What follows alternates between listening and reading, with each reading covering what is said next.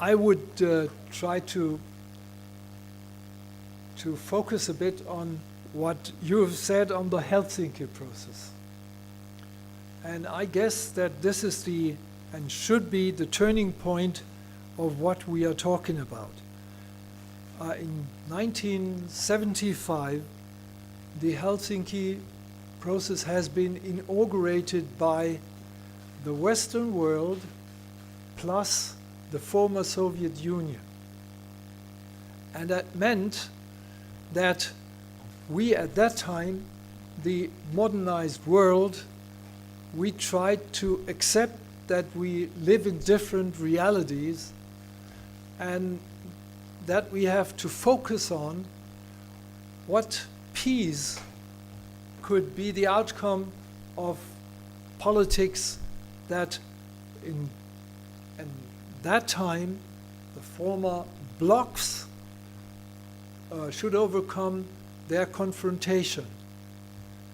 And the reality has been since then, in 1975, that we recognized, East and West, that we are living in different worlds. But we tried to overcome these differences, the East-West confrontation, in order to accept three different principles. The first has been the principle of having an understanding that security shouldn't be divided between East and West. The second has been the principle to overcome the economy gaps between East and West. And the third, that has been the basket of human rights, democracy, free flow of information. That has been a kind of a hidden or secret secret deal between East and West, especially pushed by the United States of America plus Canada, and accepted by all of them, especially at first by the Western states within the bloc of the West, NATO.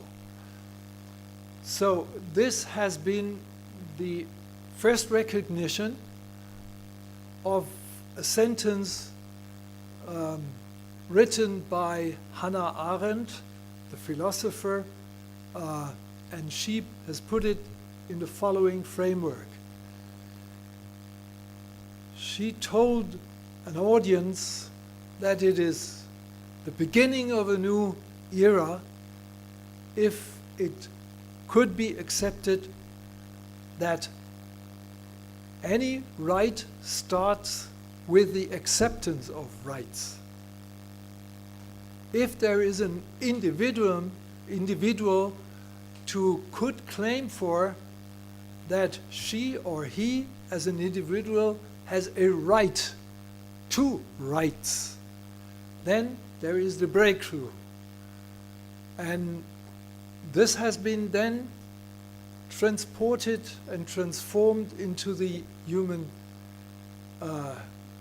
rights declaration of the UN, the United Nations.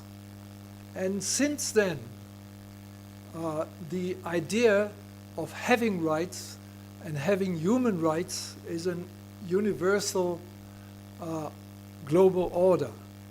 But as you now see, especially in the case that we have learned now, Sinti and Roma, even in Germany, they do have a different feeling, that they are not existing under a universal order, but they do have the feeling, and they could find it in societal facts, that they are living under discrimination until today.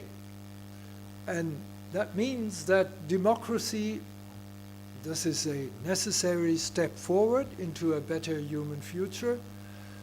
But this is not enough. The real and necessary frame is that minority rights should be established, that any minority living in a given country, especially under the rule of democracy and rule of law, has to have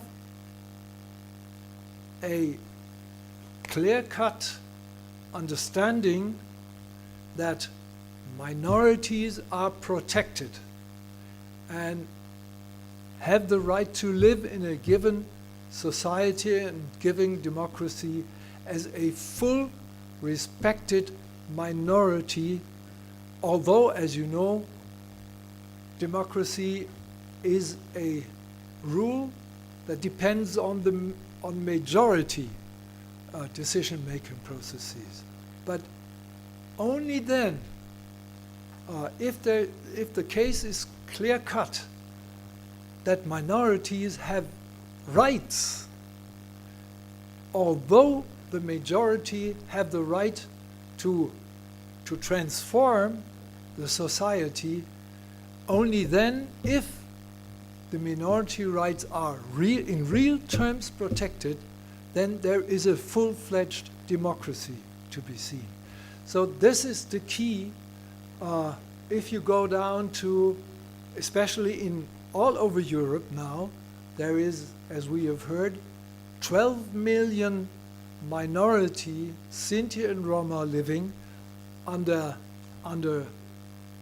threat, because they do not have an access to the health security system, to labor, work, to full political participation, and to education.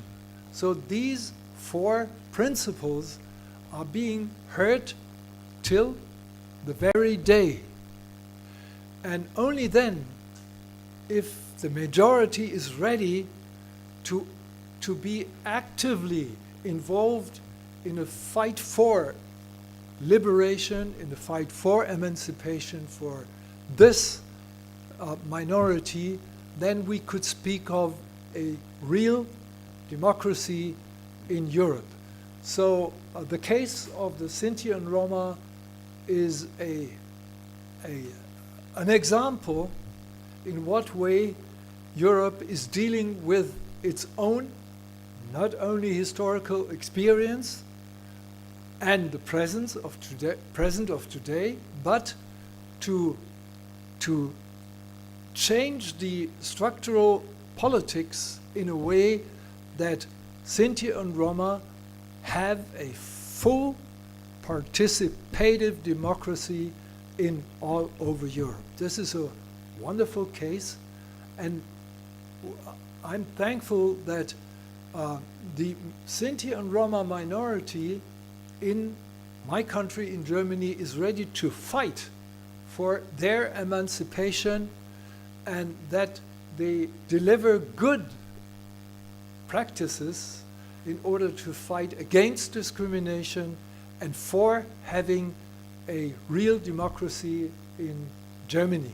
This case shows that if you have an active civil society, at first the respective minority is fighting for their own rights, and others are ready to support this fight and to give impulses and initiatives in order to create a new frame and new atmosphere in a given country, then there is a chance, at least a chance, to create new forms of democracy. And this is the case in the German Sinti and Roma example. This is not fulfilled, but is a good step forward in a fight for a real democracy in Germany. Thank you.